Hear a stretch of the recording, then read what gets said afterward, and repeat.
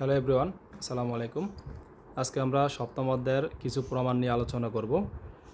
এর মধ্যে খুবই গুরুত্বপূর্ণ একটা প্রমাণ, যেটা পরীক্ষায় আসার সম্ভাবনা 99.99%। সেটা হচ্ছে, দেখাও যে ফিশারের সূচক সংখ্যা সময় উল্টানো এবং উপাদান উল্টানো উভয় পরীক্ষায় মেনে চলে বা উভয় পরীক্ষাকে সিদ্ধ করে। প্রমাণ করো। আমরা এর আগের ক্লাসে এই সময় উল্টানো এবং উপাদান উল্টানো যেই সূত্রটা আছে সেটা দিয়ে আমরা অঙ্ক করেছি। এখন হচ্ছে আমরা প্রমাণটা করব। ঠিক আছে, তাহলে প্রথমে আমরা হেডলাইন দিব সময় উল্টানো পরীক্ষা। তাহলে সময় উল্টানো পরীক্ষাটা কি? I not an into I N not, এটা ইকুয়াল টু 1 হবে, সেটা আমরা জানি, এর আগের ক্লাসে করেছি। I zero N not an into I N not equal to 1। এখন এটা বাম পক্ষ আর এটা হচ্ছে ডান পক্ষ, তাহলে বাম পক্ষ থেকে ডান পক্ষ প্রমাণ করতে হবে। ওইটাতে করছি আমরা মান দিয়ে, এখন আমরা করব মান ছাড়া। তাহলে বাম পক্ষ আমি লিখলাম। তাহলে প্রথমটার জন্য ফিশারের সূত্র কি হবে?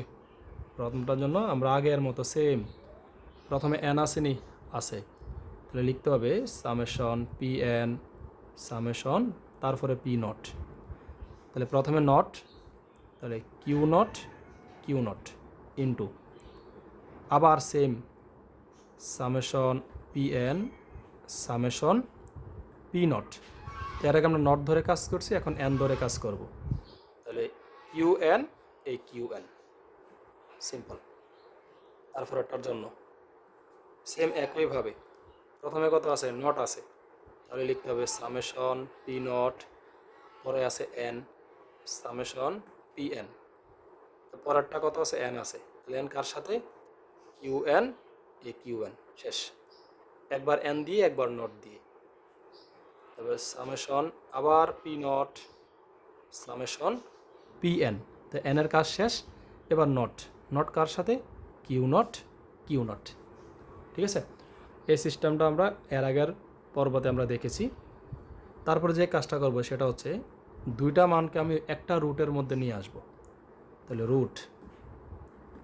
একটা রুটে যদি আনি, তাহলে সবগুলা মান সেম থাকবে, জাস্ট রুট একটা চলে আসবে, দুইটা থেকে একটাতে চলে আসবে। Summation P n q naught summation P naught Q naught, এটা যেমনে সেমনে বসে যাবে, এটাও যেমনে সেমনে বসে যাবে।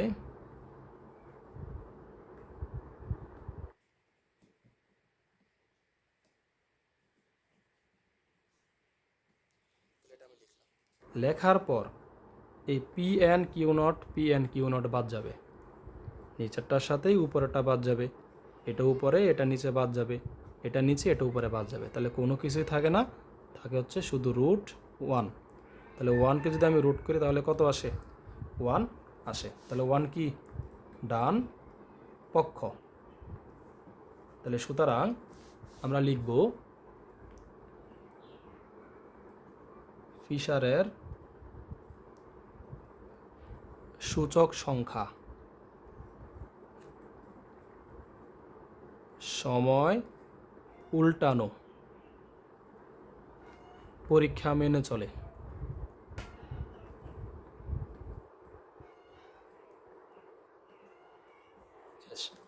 এ হচ্ছে আমার সময় উল্টানো পরীক্ষা।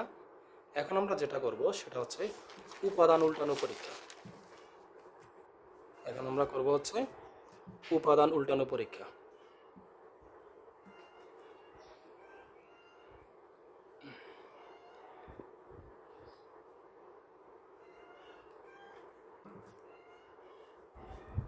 তাহলে উপাদান উল্টানো পরীক্ষাটা কি জানি? সেটা ছিল আইপি ইন্টু আইকিউ সমান সমান আইভি, অর্থাৎ আইপি আর আইকিউ গুণ করলে কি আসবে? আই ভি আসবে। তাহলে এটা বাম পক্ষ, এটা ডান পক্ষ। বাম পক্ষ আইপি আইকিউ। তাহলে এপি মানে কি? এই যে আমরা ফিশারের যেই প্রথম অংশটা করছিলাম, এই যে প্রথম যে এই অংশটার যে সূত্রটা বসেছিলাম, সেম ওই সূত্রটাই হুবহু বসে যাবে। সেম টু সেম যা আছে তাই বসে যাবে। তাহলে আমি লিখতে পারি root summation P N summation P naught Q naught, আবার summation P N summation P naught, এখন কিউ এন নটের জায়গায় এন বসে যাবে।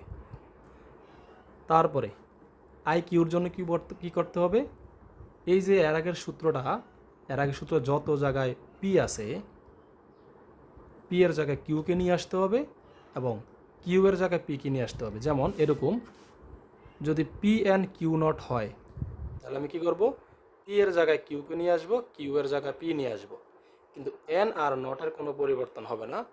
তাহলে এটাকে আমি লিখতে পারি কিউ এন পি নট, উল্টে যাব, অর্থাৎ পি এর জায়গায় বসবো হচ্ছে কিউ আর কিউর জায়গায় বসবো হচ্ছে পি। তো ঠিক সেম কাজটাই এখন আমি করব। তাহলে প্রথমে কি আছে, প্রথমে উপরে সামেশন পি এন আছে, তাহলে পি এর জায়গায় বসাবো হচ্ছে কিউ এন, কিউ নট আছে, কিউ নটের জায়গায় লিখবো হচ্ছে পি নট। পরে সামেশন পি নট আছে, তাহলে হয়ে যাবে কিউ নট আছে, হয়ে যাব P naught. Summation P N আছে, হয়ে যাব কিউ এন আছে, কিউ এনের জায়গায় হবো পি এন। তারপরে সামেশন পি নট হয়ে যাব কিউ নট, তারপরে কিউ এন হয়ে যাব পি এন, সিম্পল। তারপরে দুইটা রুট কমন নিতে হবে, কমন নিলে এই মানটা আর এই মানটা একসাথে গুণ হবে। এটা আমরা এর আগের যে অঙ্কটা করেছি সেটার মধ্যে দেখেছি।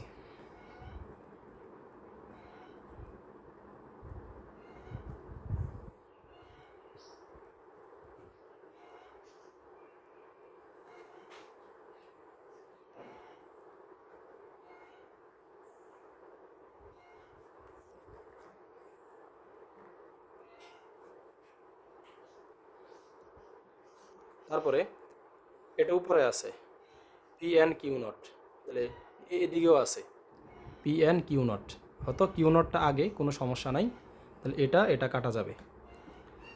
পি নট কিউ নট উপরে আছে, পি নট কিউ নট নাই, কাটা যাবে না। পি এন কিউ এন উপরে আছে, নিচে আছে, নাই, কাটা যাবে না। তারপরে নিচেরটা পি নট কিউ এন আছে, এটা আর এটা কাটা যাবে। তাহলে এখানে দুটা কাটা যাবে না আর এখানে দুটা কাটা যাবে না। না কাটা গেলে কি হবে, এখানে summation P n q n, এখানে একটা তাহলে লিখতে পারি summation P n q n whole square. এবার নিচে summation P naught summation q naught p naught, একই কথা, তাহলে summation P naught Q naught whole square. তারপরে এই স্কোয়ার এবং রুট সহ কী করতে হবে, বাদ দিতে হবে, এর আগের অঙ্কটার মতো। বাদ দিলে summation P n q n summation P naught Q naught, এটাই হচ্ছে আমার আই ভি, অর্থাৎ এই যে ডান পক্ষ। তাহলে এই ইয়াটাকে আমি কি লিখতে পারি, আই ভি লিখতে পারি। তার মানে বোঝা গেল বাম পক্ষ থেকে আমি ডান পক্ষ প্রমাণ করতে পারলাম। তাহলে সুতরাং ফিশারের সূচক সংখ্যা উপাদান উল্টানো পরীক্ষা মেনে চলে। ঠিক আছে, এটা খুবই গুরুত্বপূর্ণ প্রমাণ, এটা পরীক্ষায় আসবেই।